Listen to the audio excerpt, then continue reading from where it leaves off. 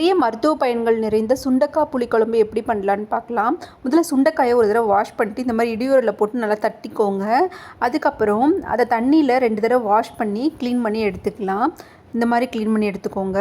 இப்போ நம்ம கடாயில் கொஞ்சம் கடலெண்ணெய் சேர்த்துட்டு கடுகு சேர்த்துக்கோங்க. கடுகு வெடித்ததும் உளுந்தம்பருப்பு சேர்த்துக்கலாம். 1 ஸ்பூன் வெந்தயம் சேர்த்துக்கோங்க.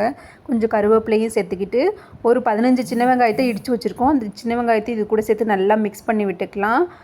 இப்போ நம்ம ஆல்ரெடி க்ளீன் பண்ணி வச்சுருக்க சுண்டைக்காய் இது கூட சேர்த்து நல்லா வதக்கிட்டு கொஞ்சம் உப்பு சேர்த்திக்கலாம். உப்பு சேர்த்து வதக்கிட்டு 2 தக்காளி கட் பண்ணி வச்சுருக்கேன். அதை இது கூட சேர்த்து நல்லா வதக்கி விட்டுட்டு கொஞ்சம் மஞ்சள் தூள், 1 ஸ்பூன் சாம்பார் பொடி, 1 ஸ்பூன் மிளகாய் தூள் இது எல்லாத்தையும் சேர்த்து நல்லா வதக்கி விட்டுக்கோங்க.